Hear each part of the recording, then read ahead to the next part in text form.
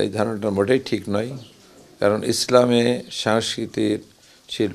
সংস্কৃতির কোনো বাধা নেই। বরং আমরা এটাকে একটু একটু মানে কি বলা যায় যে একটু উজু গোসল করা, একটু পরিষ্কার করে নিয়ে এটাকে আরও কীভাবে সুন্দর করা যায় সেটা আমরা করব। এটা অশালীন কোনো কিছু থাকবে না, এটা ঠিক, কিন্তু গান অন্যান্য বিষয়গুলো কখনোই বন্ধ হওয়ার কথা না। কুষ্টিয়া 4টি আসনের মধ্যে আমরা 3 জন এখন জামাত ইসলামের এমপি নির্বাচিত হলাম।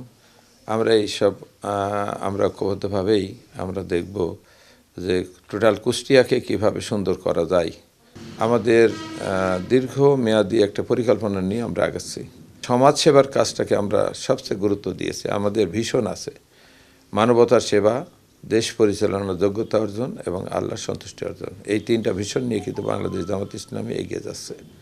সেই মানবতার সেবার কাজটা আমরা চরম দুর্দিনের মধ্যে, যখন আমরা ঘরে শুতে পারি নাই, আমরা নিরাপদে পথ চলতে পারি নাই, জেল জুলুম হত্যা সব কিছু মাথায় নিয়ে আমরা জনগণের পাশে সবসময়, একজনের বাড়ি পুড়ে গেছে আমরা ছুটে গেছি, যতটুকু পেরেছে তার সহযোগিতা। একজন রোগী বিছানায় পড়ে আছে, তার চিকিৎসার কোনো সুযোগ নেই, আমরা আমাদের সাধ্যমতো চেষ্টা করেছি।